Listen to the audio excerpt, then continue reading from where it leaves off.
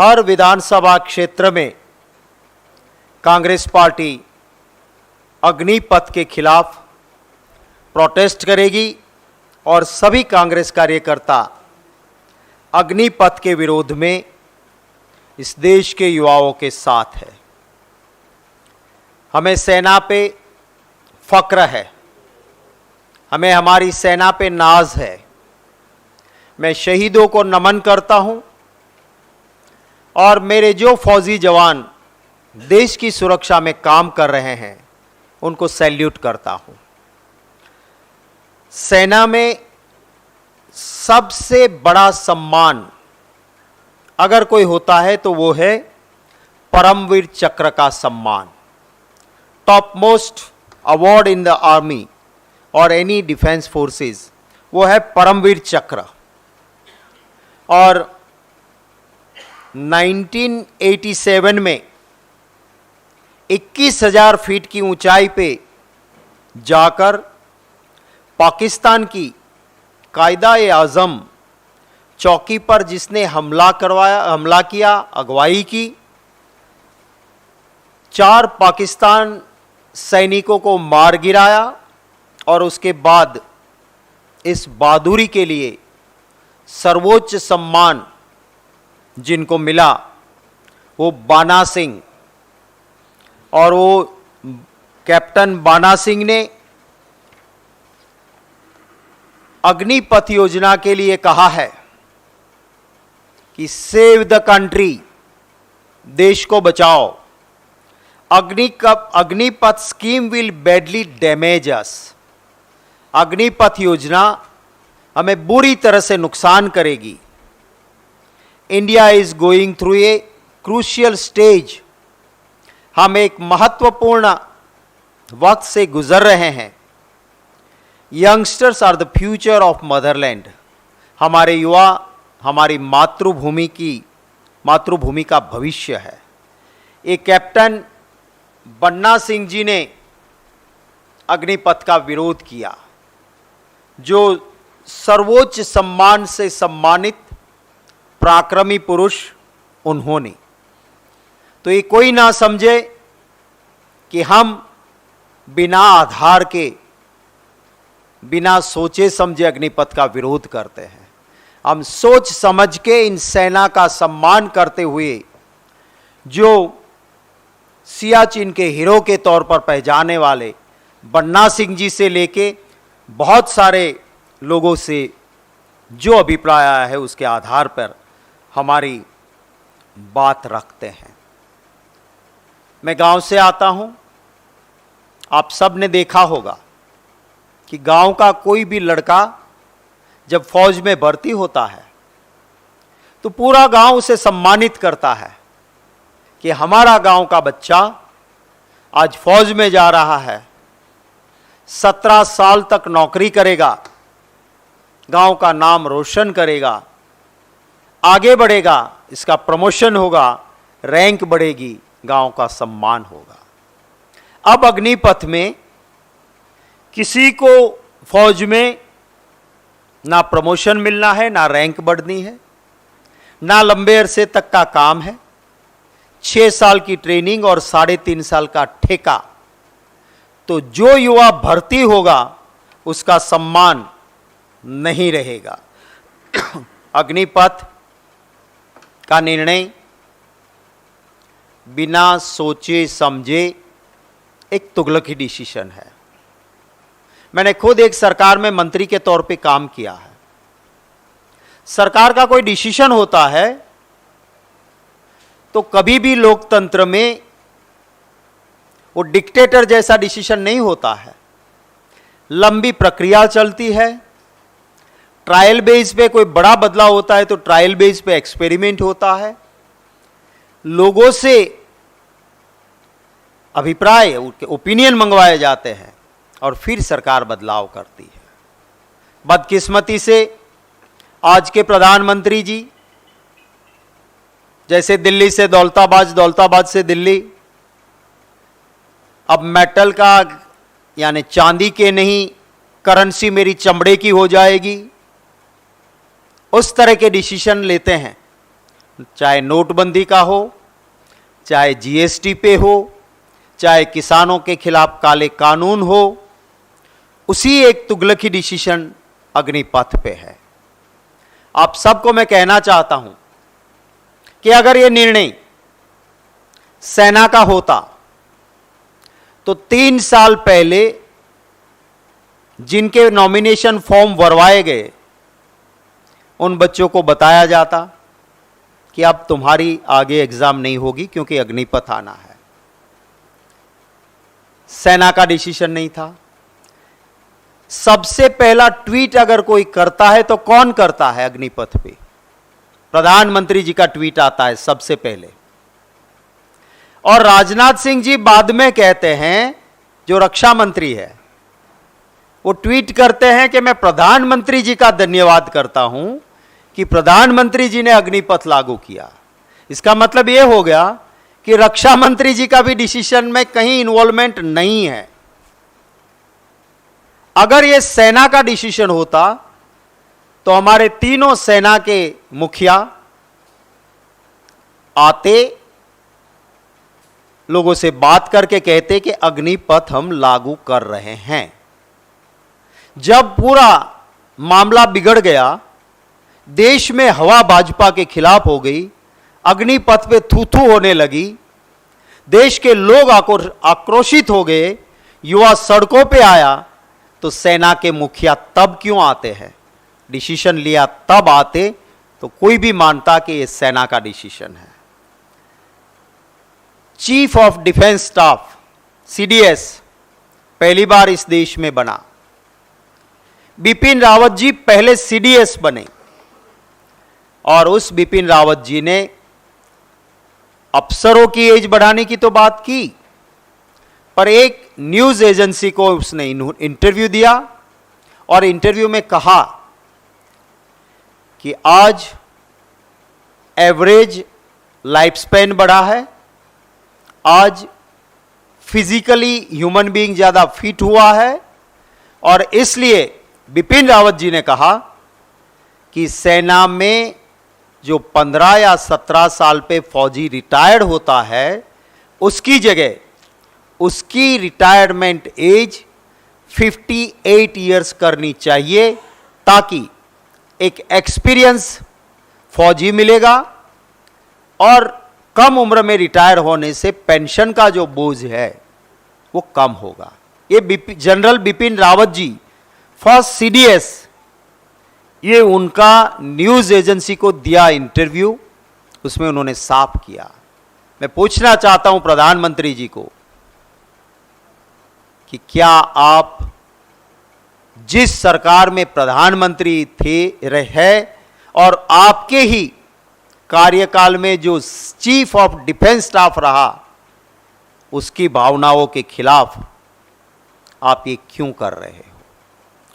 फौज में 2 चीज अहम होती है। कोई भी फौजी जब भर्ती होने जाता है, 2 चीज अहम होती है। एक होता है फिजिकल एग्जाम, फिजिकल टेस्ट, और दूसरा होता है मेडिकल टेस्ट। 2020 में 2020 में आया इश्तिहार के जो भी डिफेंस में काम करने चाहते हैं युवा, वो अपने फॉर्म फिलअप करें। इस देश के हजारों युवाओं ने फॉर्म फिलअप किए, रोड पे दौड़ते हैं, वो पुशअप्स कर रहे थे फिजिकली फिट रहने के लिए, और इनकी 2020 में फॉर्म के बाद 2021 first and second week of February इनकी एग्जाम ली गई, फिजिकल फिटनेस और मेडिकल, और हजारों युवाओं ने फिजिकल टेस्ट पास कर लिया, मेडिकल टेस्ट पास कर लिया, और उसके बाद उनको ये एडमिट कार्ड मैं कुछ बच्चों जिन्होंने फिजिकल और मेडिकल पास किए उसका ये आपको एडमिट कार्ड दिखा रहा हूं। उसको एडमिट कार्ड कर दिया कि आप फिजिकल और मेडिकल पास कर दिए। नेचुरली ये बच्चे जिन्होंने इसकी तैयारी की, कोचिंग क्लासेस, लोन लेके इधर उधर से करके पैसे बहाए, कम से कम 3-4 लाख रुपया सालाना उसने अपना खर्च करके एडमिट कार्ड तक आ गया।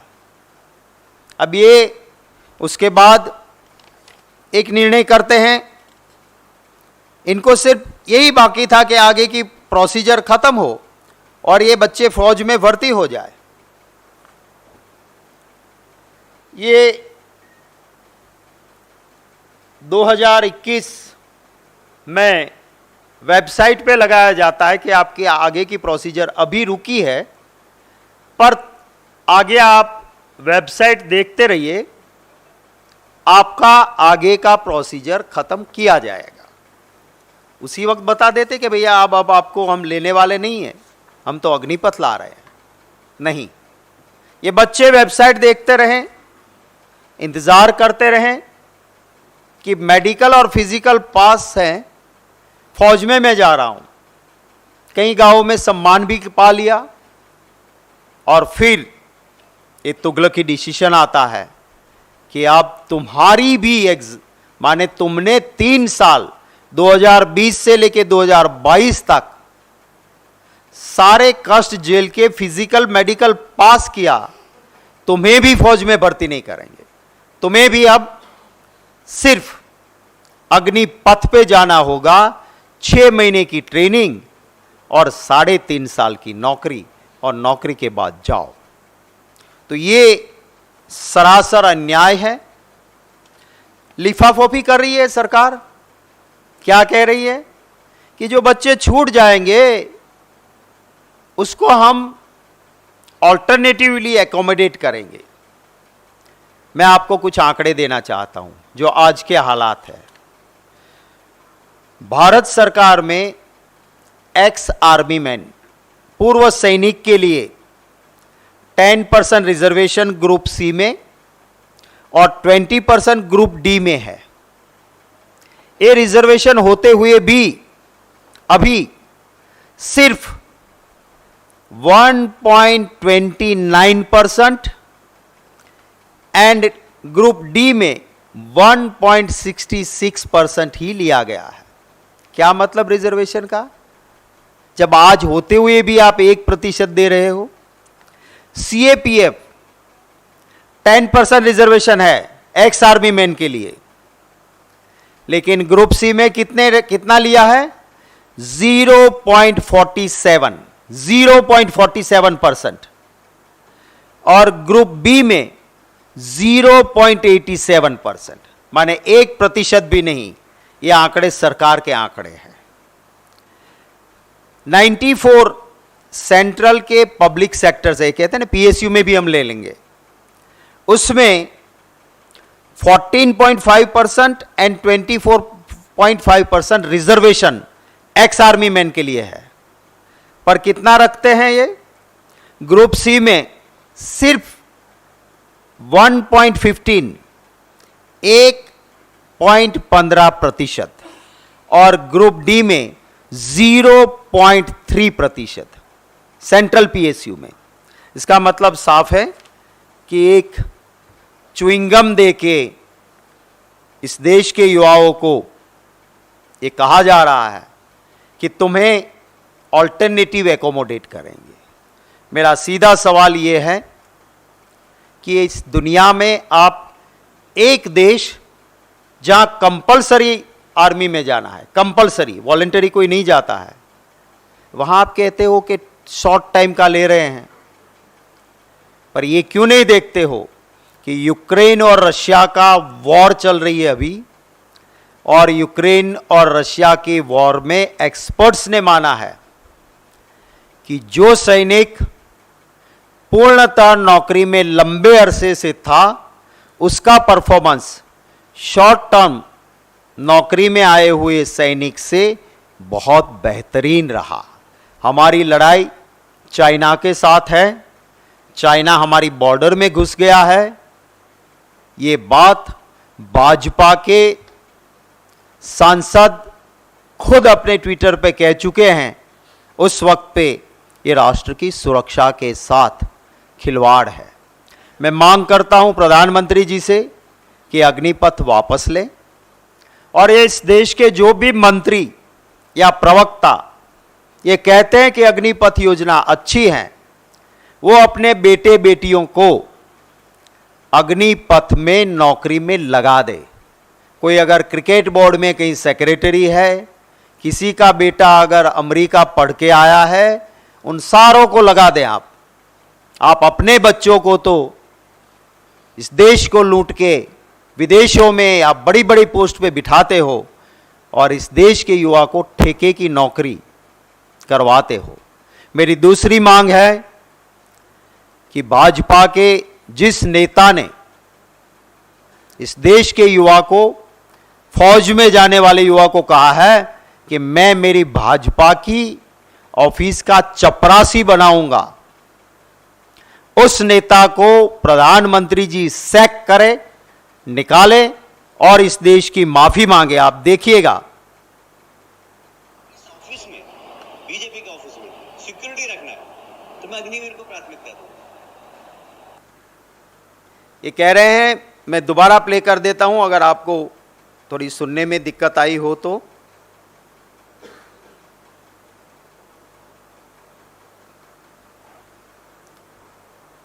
मुझे अगर इस ऑफिस में, बीजेपी के ऑफिस में सिक्योरिटी रखना है तो मैं अग्निवीर को प्राथमिकता दूं। कह रहे हैं कि मेरे इस बीजेपी के ऑफिस में अगर किसी को चपरासी रखना है तो मैं अग्निवीर को प्राथमिकता दूंगा। विजय वर्गीस, मैं आपको ये वीडियो शेयर किया जाएगा। एक दूसरी चीज है, ये बच्चे जामनगर में एक साइड में ना इसने रेल रोकी है, ना इसने ट्रेन जलाई है, ना रास्ता रोका है। इस देश में महात्मा गांधी जी के दिखाए रास्ते पे ये सत्याग्रह कर रहे हैं। इन बच्चों को बस में उठा के उस, हाँ ये वाला मुझे देखना था, जरा कर दो, दिखा दो। ये आपको डाला जाएगा, आप देखिए इन बच्चों को सर से बाल नोच के बस में डाल के मारा और पीटा जाता है। छोड़ दो। तो ये देश के युवाओं के ऊपर हो रहे अत्याचार को तुरंत बंद करना चाहिए और अग्निपथ वापिस लेके, अगर उनको करना भी है तो आए, बात करें पार्लियामेंट में, एक पायलट प्रोजेक्ट कहीं चला के देखें। जिन बच्चों ने 3 साल से मेहनत की है उसे अपने फोर्स में भर्ती कर दें। यही हमारी कुछ मांगे हैं। आपके कोई सवाल होंगे तो उनका स्वागत रहेगा।